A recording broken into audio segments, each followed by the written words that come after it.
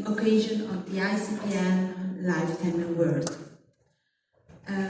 Giovanni A. Fava got his medical degree from the University of Padua and then completed his residency training in psychiatry there in 1981.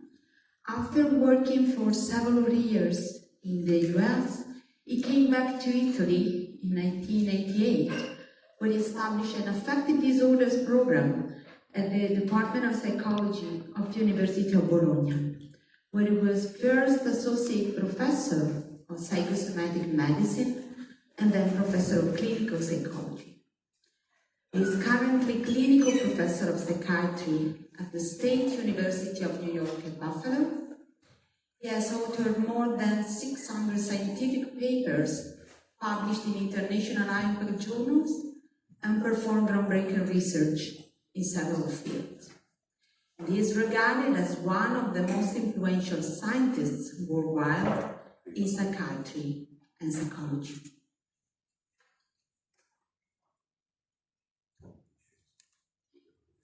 As a clinical investigator, he covered many different topics over the years and introduced major innovations, such as the concept of staging in psychiatry, an assessment method providing a longitudinal view of mental disorders with extremely important clinical implications. The sequential model for combining pharmacotherapy and psychotherapy, an approach that was found to entail enduring benefits in the treatment of affective disorders, particularly depression. Another major contribution was the development of the new method of classification of psychosomatic distress, the diagnostic criteria for psychosomatic research, to supplement standard psychiatric taxonomy. In the late 90s, it developed and then manualized a novel psychotherapeutic approach for modulating psychological well-being and pursuing euthymia, well-being therapy. And it pursued the clinimatic approach to clinical assessment, both as an investigator and as an editor. In clinical psychopharmacology, it was a pioneer in identifying the links among clinical manifestations related to the use of antidepressant drugs, such as the concept of oppositional tolerance that was essential to build this approach to discontinuing antidepressant medications, as illustrated in his latest book, published in 2021. Professor Fava's innovations often required a lab phase before being fully understood and applied by other investigators, and in most cases, their potential and clinical applications are yet to come. Professor Fava is currently honorary editor of Psychotherapy and Psychosomatics after being editor-in-chief of the journal for 30 years.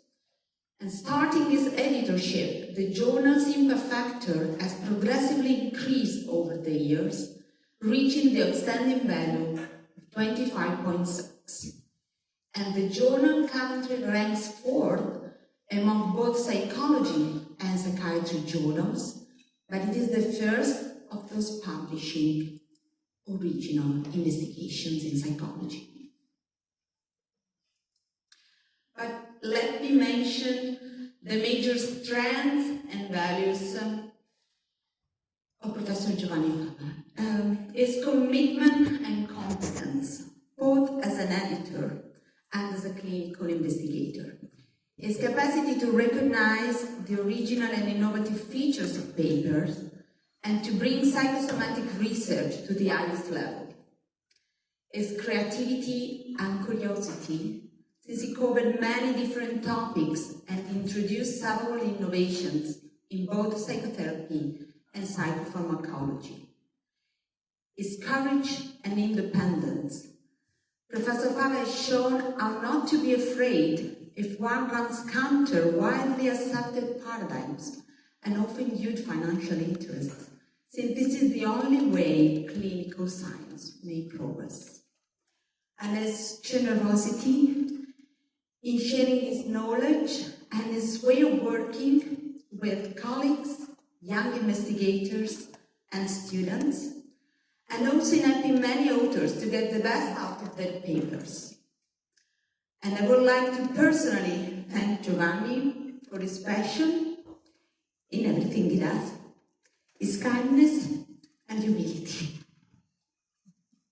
So thank you so much, Giovanni, from my part, and on behalf of the entire psychosomatic community worldwide.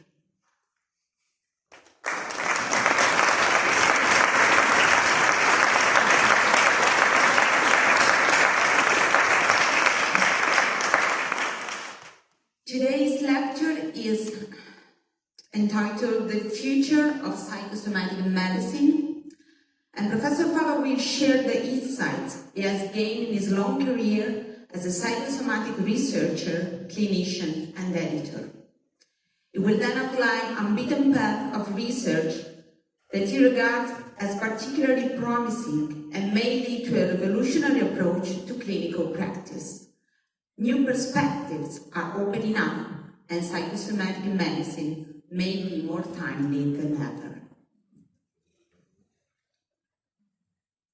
The floor is yours.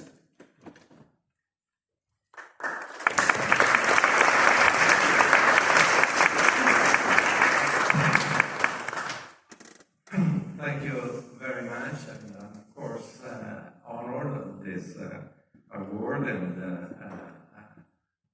of receiving this ICTM Lifetime Award. I'm very grateful for this opportunity. So what I thought in this occasion is to share with you my journey.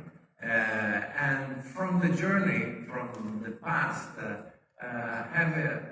have an idea of what could be some promising pathways of psychosomatic medicine. My journey started, 50 years ago, half a century. I was a medical student in Italy, and I had the great opportunity that I pursued personally of spending the summer in a clinical elective in St. Joseph's Hospital, McMaster University, Hamilton, Ontario, and an elective which was very important for me because I had as a supervisor a very accomplished clinician. I learned a lot from him. And at the end of the summer, he said to me, Giovanni, why don't you spend next summer at the Department of Clinical Epidemiology of McMaster University? This is one of the most important departments of North America, the one where evidence-based medicine was originated. You can learn a lot about research. He added, however, you see, they have no idea what's going on in the real world, but probably you can combine the two aspects. However, you see, I belong to a generation that wanted to change the world. And so the idea of spending the summer outside of the world was not particularly appealing. I had read the papers by George Engel and Art Foley, and to the young colleagues here, I'm talking about the time when there was no internet. Okay? So, if you wanted to get some information, the best way was to take a bus, Greyhound, and going to from Hamilton to Rochester is not very distant. As in the song by Simon and Garfunkel, looking for America. And so I arrived in Rochester without any warning. I mean, that there was just going there. And I was greeted by this guy, Arthur Schmolling, standing clinician and investigator, and everything was very informal. We chatted a bit, and he said, well, yes, we can organize for you to come back next summer. Instead of vacationing, I was spending the summer in the States, and I thought it was great. And in the following summer, I also met George Engel, and at that time in their unit was really important for me, because I hadn't really decided in terms of specialty whether to opt for internal medicine or psychiatry, but at the end of the summer, my mind was pretty set, because you see, Engel differentiated between scientific physicians, clinicians who fully apply the scientific method in their care of patients, and physicians-scientists, physicians whose primary commitment is to research and who have little or no familiarity with the clinical process. Nowadays, there are very few scientific physicians and a lot of physician-scientists, and that's why the quality, the intellectual quality of clinical research today all over medicine is so poor. At the time, I made my mind. I wanted to be a scientific physician, and I wanted to get into psychiatry, where most of the psychosomatic investigators were coming for. So I had another step to do. I wrote to another psychosomatic investigator who was extremely influential, and I spent the summer in Hanover, New Hampshire, Dartmouth Medical School, and I wanted to go there to meet Lipovsky. Lipovsky, the author, this is a landmark three-part paper that appeared in Psychosomatic Medicine in the late 60s, that really established the field of psychosomatic medicine in, let's say, modern times. Modern, someone questioned my statement. So I went there, and during this elective, I was following Lipovsky in his psychiatric consultations, and really, I had the feeling that the improvement of my performance was a function of upgrading my clinical judgment by trying to capture how teachers came to certain conclusions. Something that I learned from Lipovsky doing consultation was the importance of psychopathology. This is another important paper, Psychopathology as a Science, in the 60s. Observation, description, classification of psychiatric symptoms, formulation and testing of explanatory hypotheses. But my trips to the United States were not over. Started the residency training program in Italy, but I was lucky enough to be allowed to spend my last year of training in Albuquerque, New Mexico.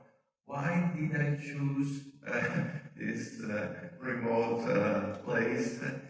Because there was Robert Kahn,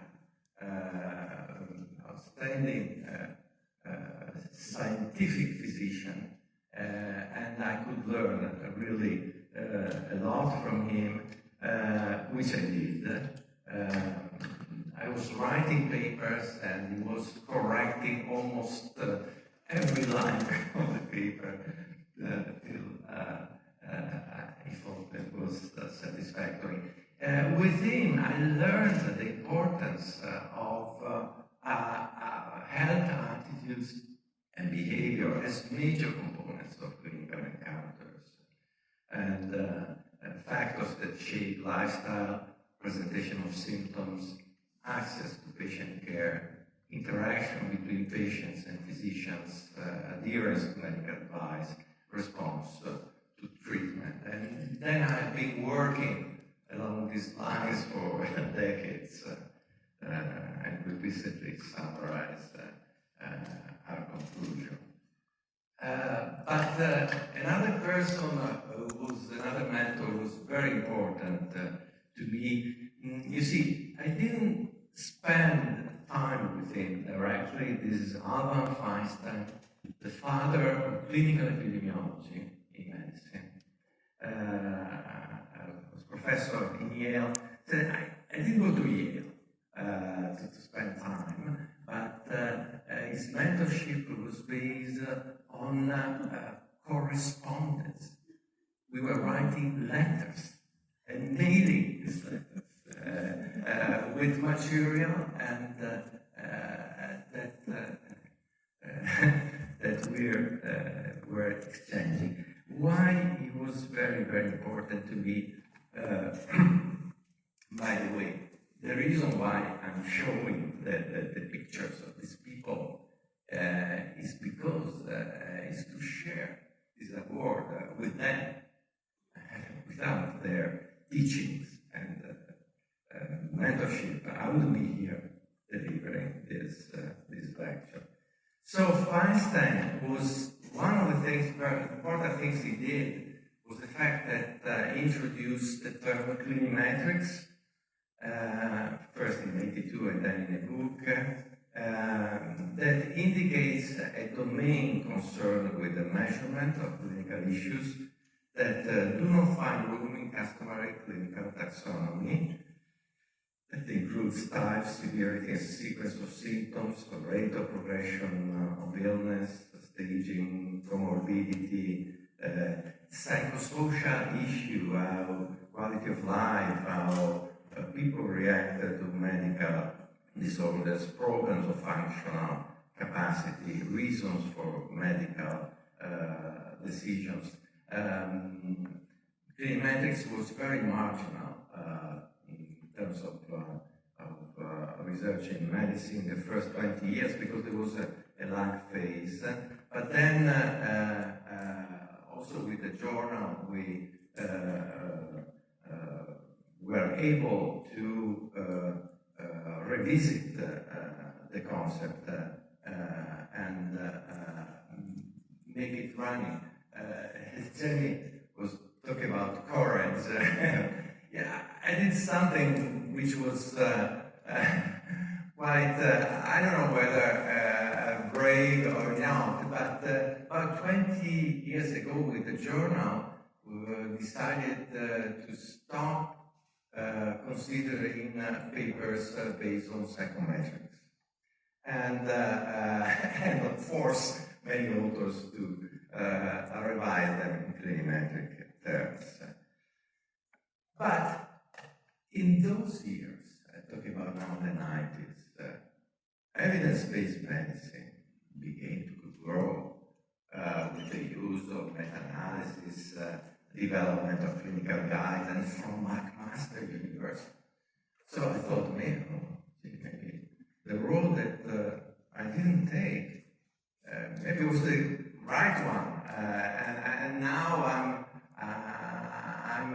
in a situation that is very marginal.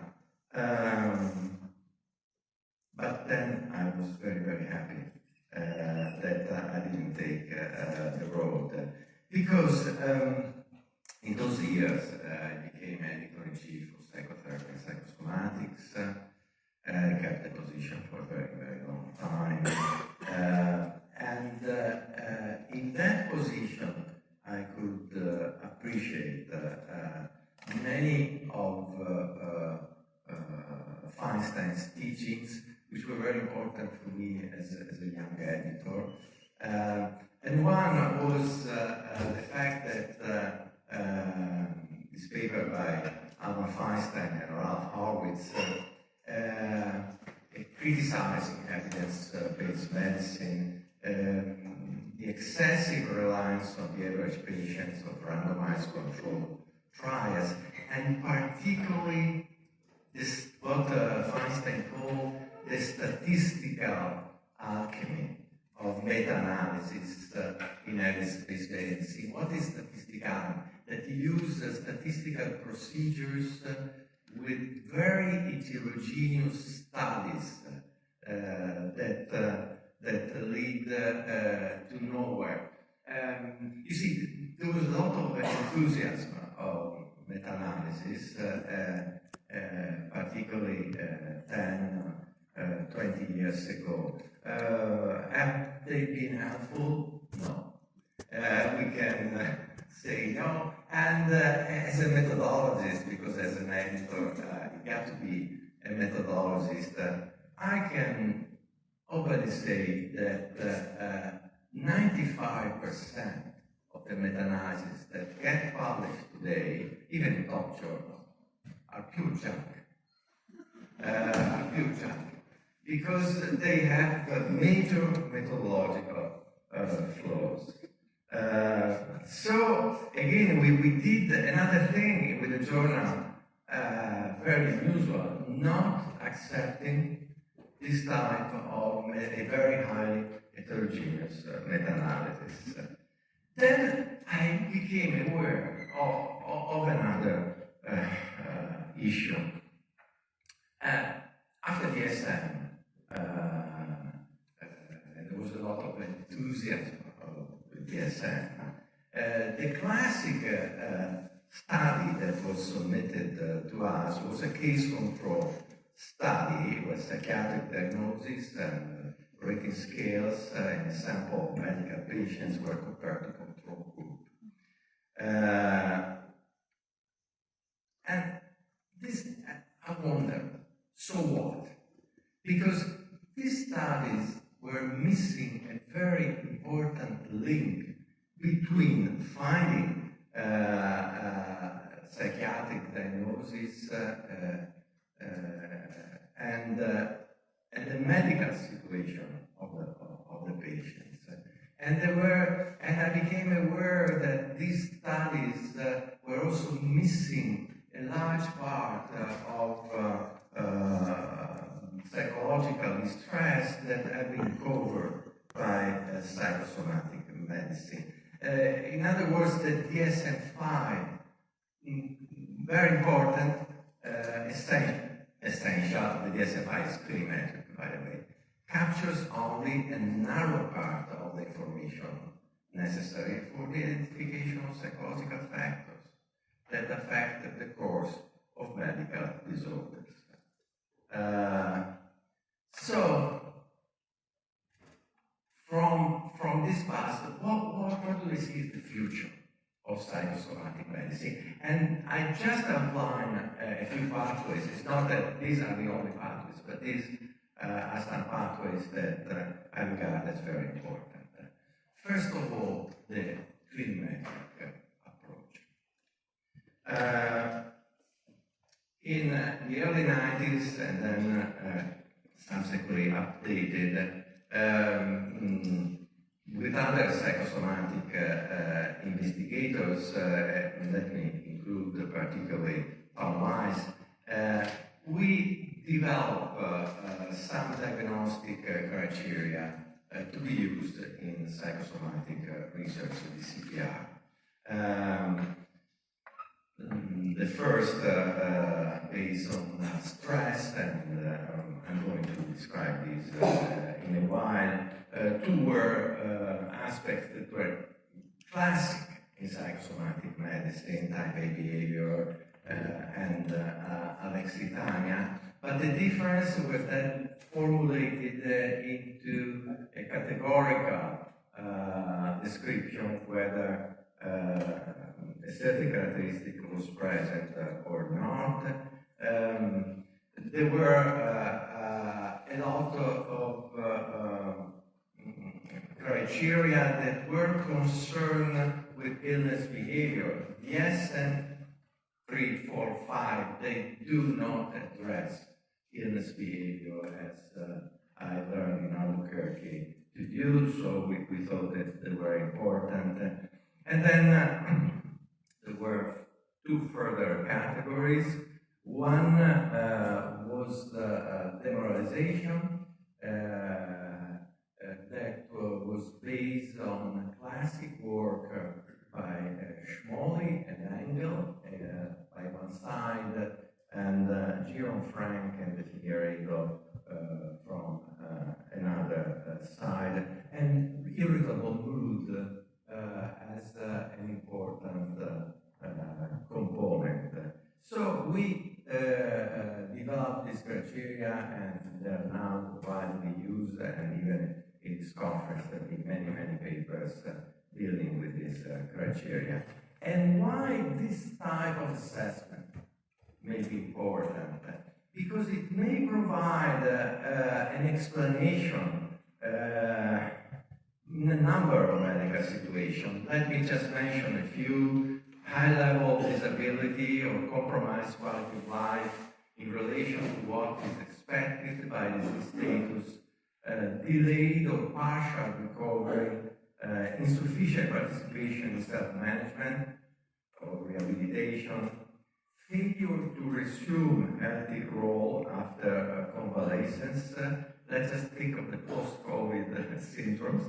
Unhealthy lifestyle, high attendance of medical facilities disproportionate to detectable disease, lack of treatment adherence, illness denial. The DCPR are geared to provide some explanation for this condition. The DSM is not, because it doesn't address what could be important in those situations. And another importance of clinimetrics is on measuring, evaluating therapeutic variables affecting treatment outcome. In this collective paper with Jenny Guidi, Chiara Fanelli, and Carl Rickers, as psychosomatic investigators who turned 100 this year and made substantial contribution in our understanding of the placebo effect. You see the different factors that may affect treatment outcome. Placebo is oversimplified conceptual configuration, whereas you have the condition, patient characteristics, level of self-management, illness characteristics, treatment setting, the type of interaction, they all affect treatment outcome. And what is important about clinimetrics is that you can measure these variables and control them in trials, for instance. And then this is a post-Feinstein development of clinimetrics may offer the opportunity of providing a broad global rating of clinical phenomena, what they call unitary concepts that bring together clinical manifestation that would otherwise be scattered and very heterogeneous. Let me give you some example. Let's start from the concept of frailty that has become very important in geriatrics. You provide a global rating and you judge frailty, a patient to be frail on the basis of this judgment. Allostatic load, euthymia, behavioral toxicity, we're going to see these aspects. Let's talk 1 second about, for instance, allostatic overload. It is drawn by the concept of allostatic load. Bruce McEwen was one of the most important neuroscientists of the past century. For instance, he's the one who discovered the effect of cortisol on the brain. And he developed this concept of allostatic load as a combination of life events and chronic stress that exceed the individual coping skill. And he was a fantastic investigator, and I was impressed by his work as to develop unimetric criteria, so the presence of the source of distress and associated symptoms such as insomnia, lack of energy, irritability, or impairment in social occupational finding, or impairment in environmental mastery. As you see, these are very, very heterogeneous, but then we get a clinical picture out of it. Let me just mention this, that we wrote this paper about allostatic overload, and Bruce McEwen was a basic neuroscientist, worked with animals all his life. And then when I submitted to him a first draft, he answered to me, "Oh no, that's very good, amazing, but there is something very important that is missing. You need to describe 2 clinical cases to get an idea of what is going on." Great teaching. The clinical applications of allostatic overload are incredible. This is a systematic review that found that allostatic overload, whether assessed by kinematic methods or biological markers, is associated with poor health outcomes and damaging lifestyle habits. Another unitary concept is the concept of euthymia. There was a session in this conference about euthymia. What is euthymia?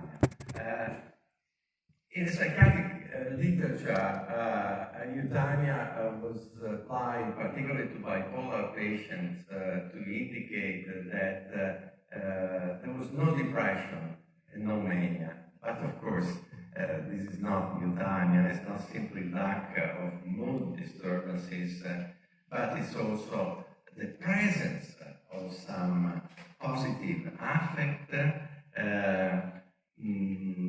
so that if sadness, anxiety, double mood are experienced, they tend to be short-lived, related to expected, to specific situation, and do not affect the life.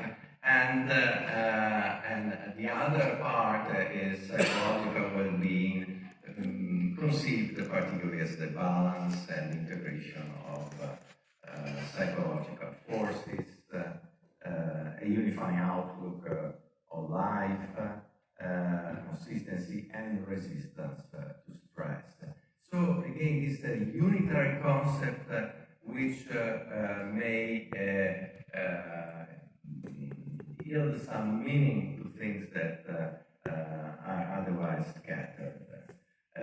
And this stimulated me to develop novel psychotherapeutic strategy, which is a little bit unique. It's actually the only psychotherapeutic strategy that is based on self-observation of well-being, using a structured diary. I mean, all other psychotherapeutic approaches are based on distress. And homework between one session or the other, and well-being therapy is practiced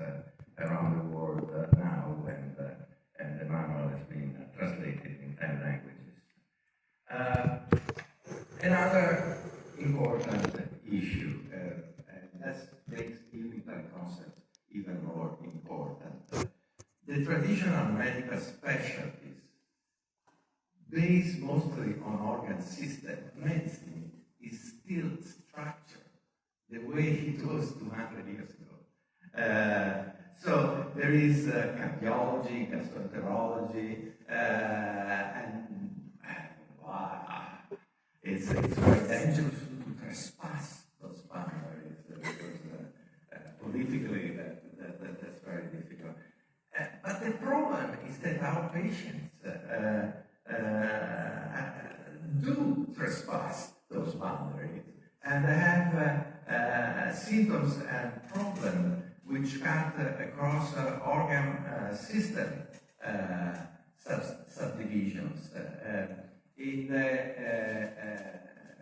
symposium that here was chaired by Dr. Sauer, Raffanelli, and clinical interviewing, we discussed the case of a patient who came to me and she said, I went to see a gastroenterologist because I had these problems. I started reporting the problems, and then I said, but I also have other problems. And the gastroenterologist said, I'm not interested in those problems. Shut up. And she said, but is this the way to practice medicine? It's not. It's not. Definitely. So this introduces another issue, that is the time for patient-doctor interaction, a quality assessment, and the importance of clinical interviewing. We forgot many psychosomatic investigators, in addition to George Engel, let me at least mention Michael Valint, about the importance of clinical interviewing. This is a paper that was published this year, collective papers with authors from different disciplines, some of them here, Sao, Harry, Raffanelli, Wong, Zippel, probably forget someone, I don't know, but we try to raise attention to this neglected basic method of medicine, clinical interviewing, that is basic to understand how a person feels and what are the presenting complaints, obtain medical history, evaluate personal attitudes and behavior related to health and disease, give the patient information about diagnosis, prognosis, and treatment, and establish a bond between patient and physician that is crucial for shared decision-making and self-management. So it's something very important, and we can investigate the role of clinical interviewing also as part of treatment, again using clinometric methods, the application of psychological understanding to the management of the individual patient, which includes establishing a therapeutic relationship, helping the patient to identify his or her current problems, and working with family and significant others. So this is the basic method, and I can assure you that when I watch George Engel interviewing a patient, or Lebowski performing a psychiatric consultation, those experiences changed my life. I started understanding what was really, really important in medicine. Then there is a third aspect, and it has to do with a paper that I wrote recently. And you see from the title, From Patients as Consumers to health producers. Oh, I say, what is this? Let me explain a little bit. There is a tendency, you see, being an editor of medical journal for 30 years, I attended the meetings of the editors, and I got a pretty good idea of what's going on in terms of influence, corporate influence on journal. So a tendency is keeping the patient in the passive role of consumer, because this is in line with the prevailing corporate interest of current medicine. And we needed to produce faithful customers. This is really the task. People who buy this medication and get treatment all their life. Let's go back to the past. And let's go back to the famous paper in Science of George Engel, which, by the way, is not a paper on the biopsychosocial model. I discussed this point with George Engel himself. This is not a superficial reader would do.